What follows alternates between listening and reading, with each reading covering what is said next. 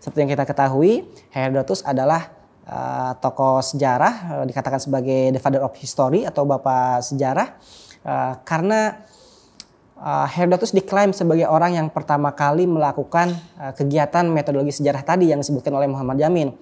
Menurutnya, sejarah tidak berkembang lurus ke depan dengan tujuan yang pasti, melainkan bergerak seperti garis yang melingkar. Peradaban manusia atau sejarah itu mengalami siklus yang pada dasarnya dia akan kembali lagi ke titik awal.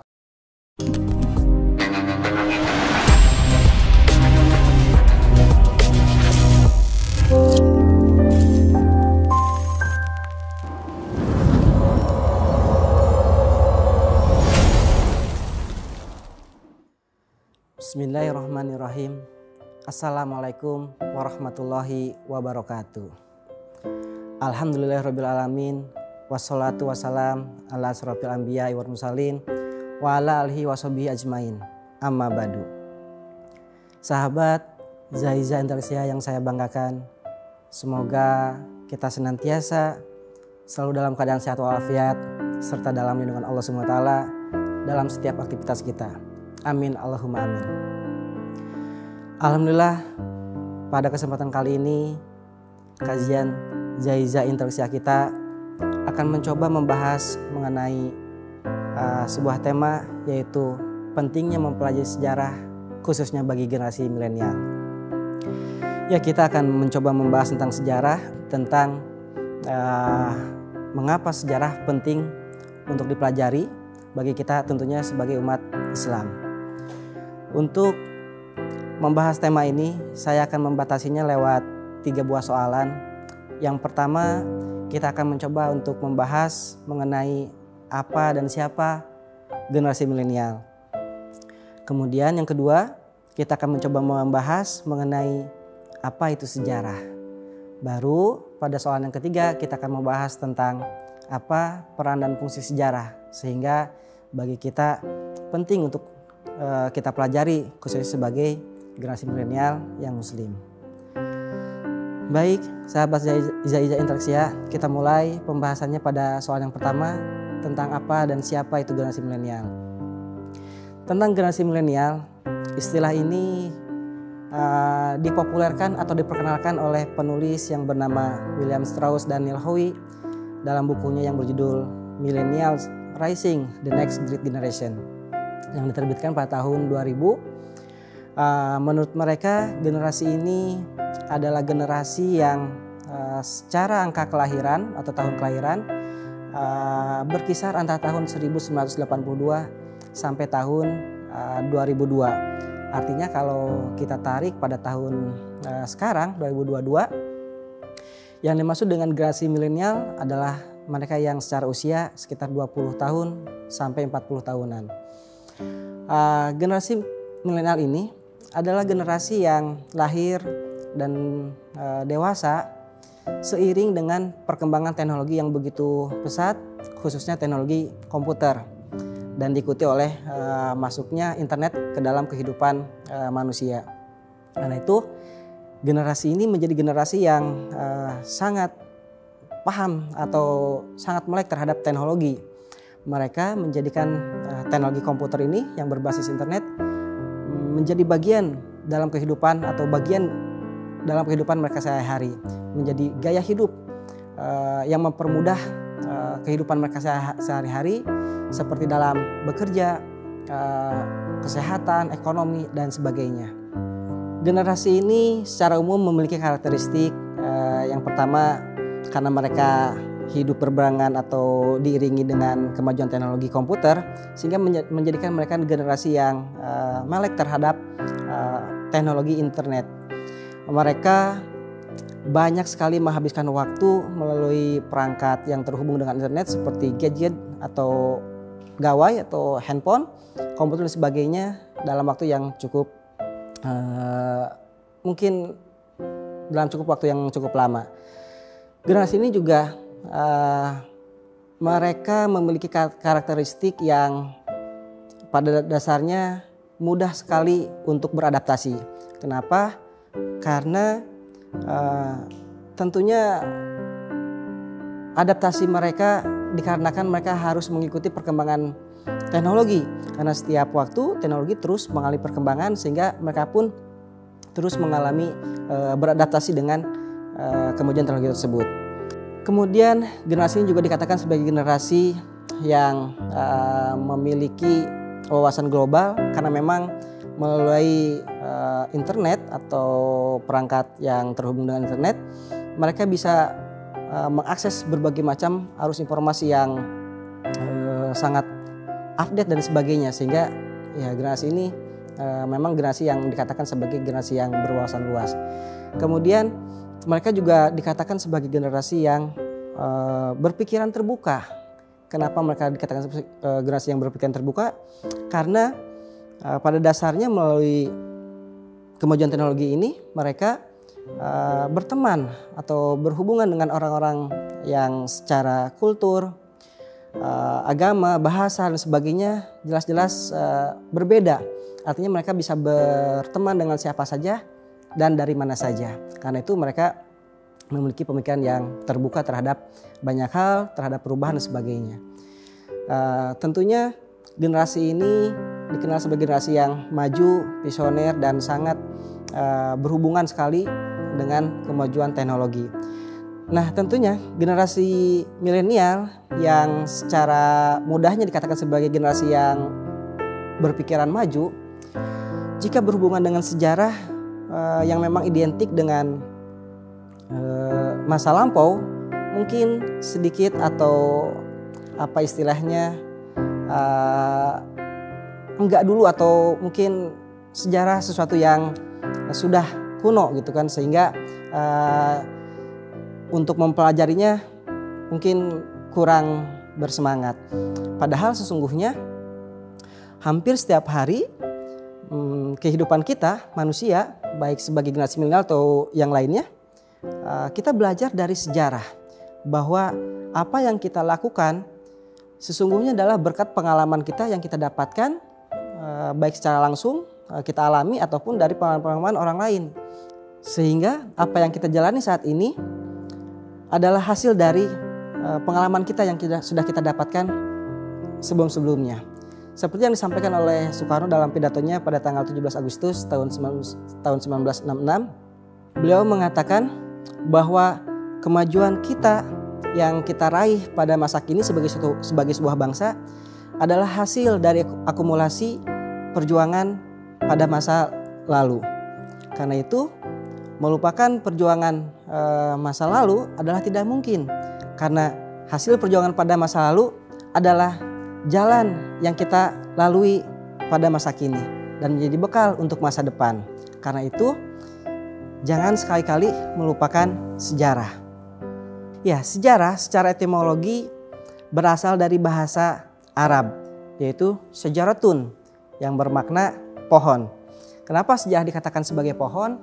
Tentunya dalam hal ini sejarah dikatakan sebagai pohon adalah simbol bahwa pohon di sini adalah simbol kehidupan, di mana dalam pohon tersebut terdapat bagian-bagian seperti batang, akar, daun, buah dan sebagainya yang sesungguhnya saling terhubung dan terus mengalami atau tumbuh dan berkembang. Nah, ibarat pohon tersebut, sejarah pun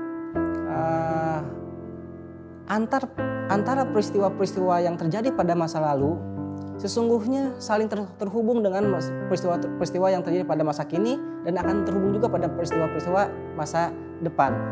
Dalam artian ada dinamika aktif di sana, bahwa peristiwa yang terjadi pada masa lalu sesungguhnya menciptakan atau berefek pada peristiwa atau kejadian pada masa kini.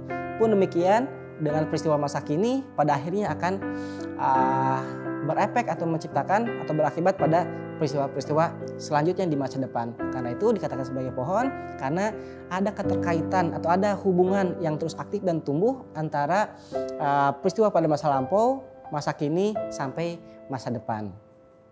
Yaitu tentang sejarah secara etimologi. Kemudian tentang definisi sejarah sendiri, Nah, tentunya banyak sekali definisi sejarah yang disampaikan oleh para ahli. Mungkin saya sebutkan di sini contohnya ada dari Indonesia sendiri, dari bangsa kita, yaitu dari Muhammad Yamin. Muhammad Yamin menyampaikan definisi tentang sejarah, kurang lebih bahwa sejarah menurut Muhammad Yamin adalah suatu ilmu pengetahuan yang disusun berdasarkan hasil penyelidikan atas peristiwa yang terjadi pada masa lampau.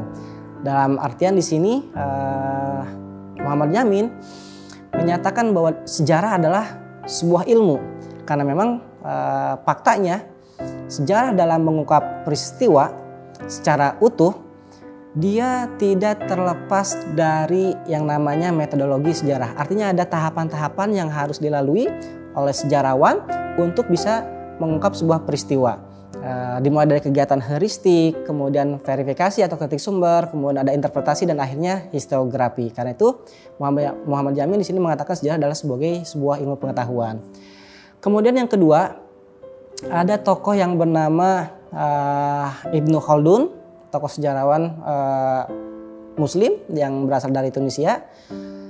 Beliau menyampaikan definisi sejarah bahwa sejarah adalah kurang lebih catatan peradaban manusia. Dalam artian bahwa sejarah adalah rekapitulasi dari semua peristiwa-peristiwa yang terjadi pada sebuah masyarakat, sehingga menjadi pelajaran bagi kita untuk bisa mengetahui pada masa tersebut seperti apa gambaran kehidupannya.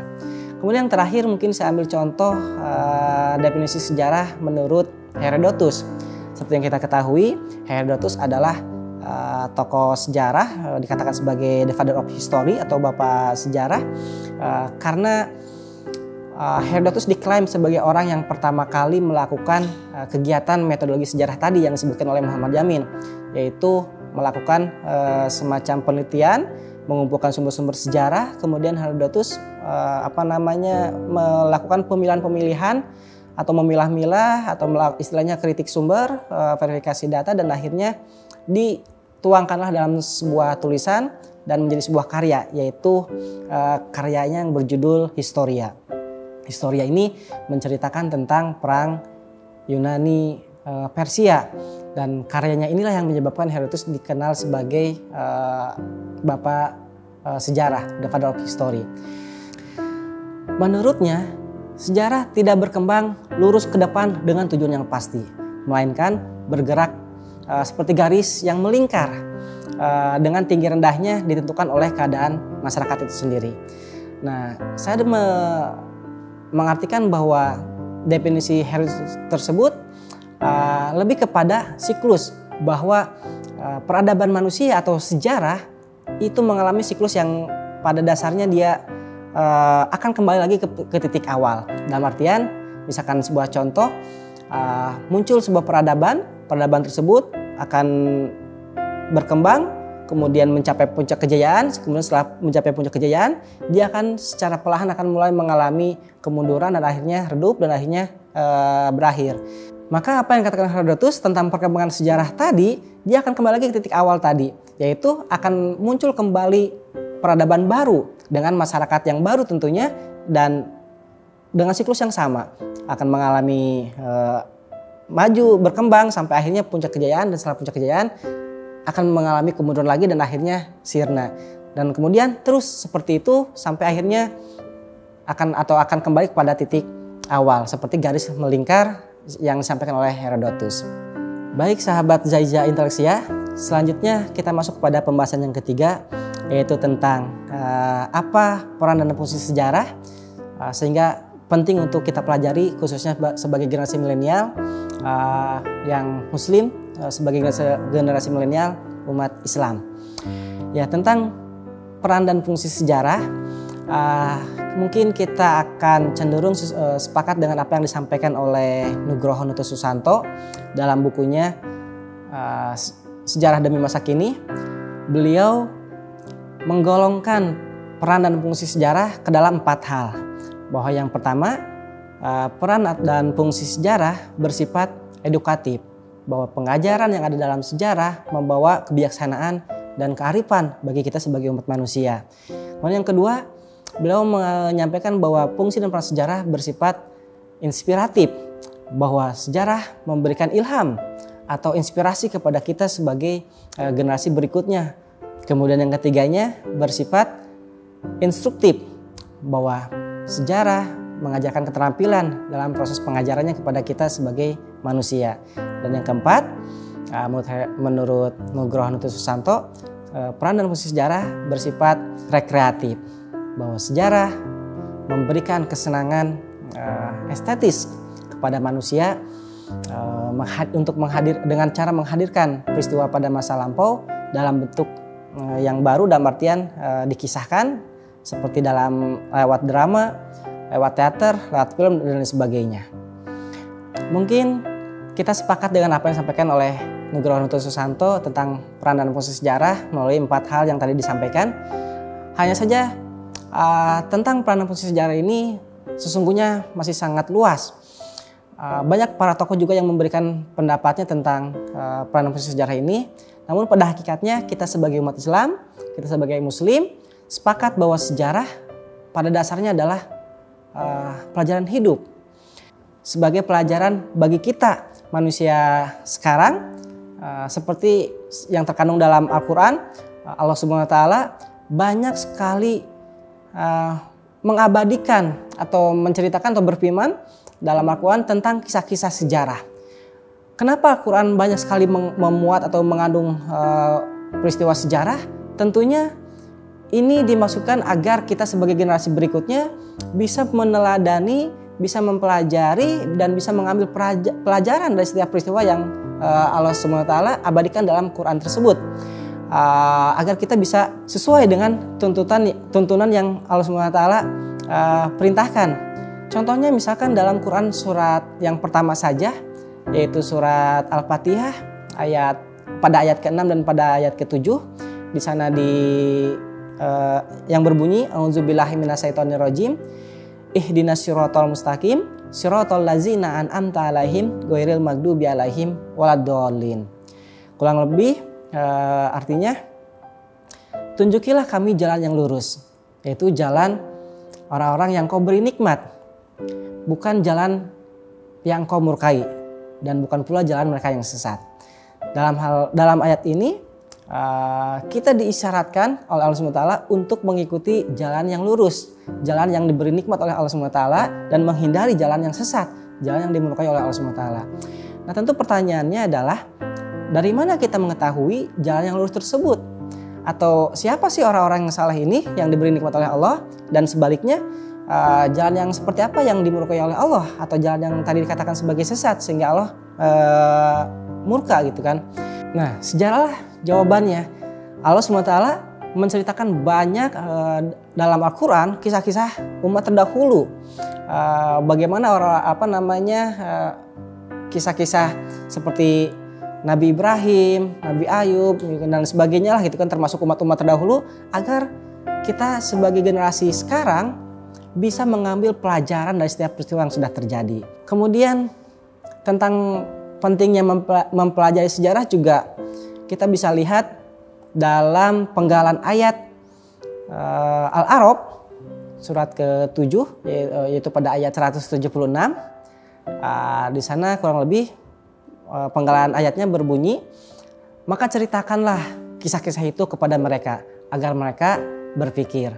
Nah, artinya teman-teman, sahabat Zaiza Inteleksia, tentang peran dan fungsi sejarah di sini yang pertama tentunya sebagai pelajaran hidup, ya kan, karena memang Allah Subhanahu wa Ta'ala memerintahkannya kepada kita langsung dari firman-Nya yang tersebar dalam berbagai ayat dan surat yang ada dalam Al-Quran.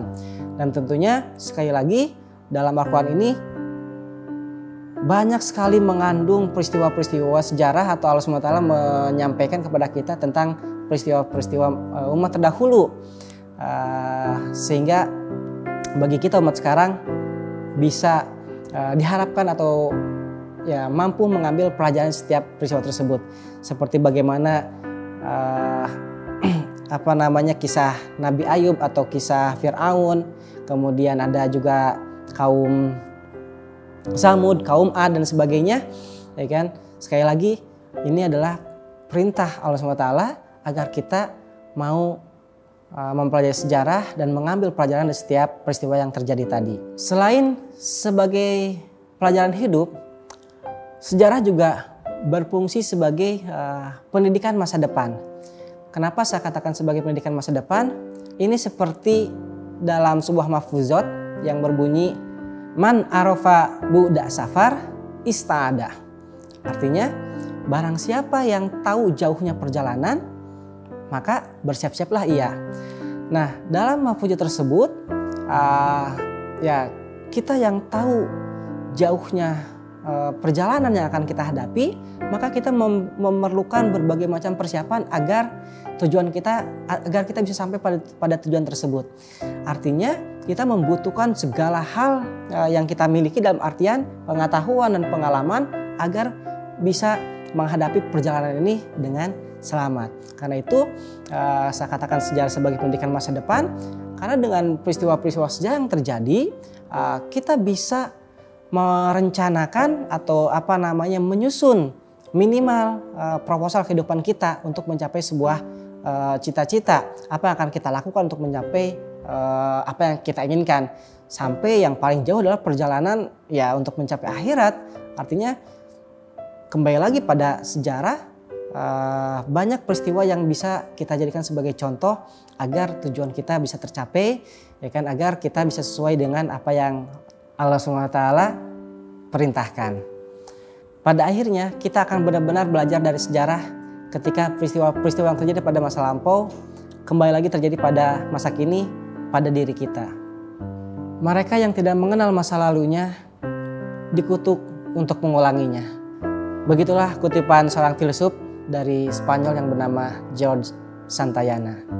Pemirsa, sahabat Zaiza Inteleksia yang saya banggakan, mungkin demikianlah yang bisa saya sampaikan tentang materi pada kesempatan kali ini.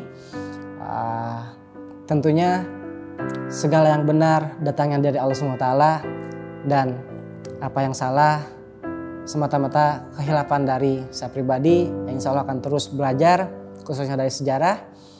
Semoga apa yang saya sampaikan bermanfaat dan bisa menginspirasi. Sekian dari saya, wabillahi taufiq wal hidayah. Assalamualaikum warahmatullahi wabarakatuh.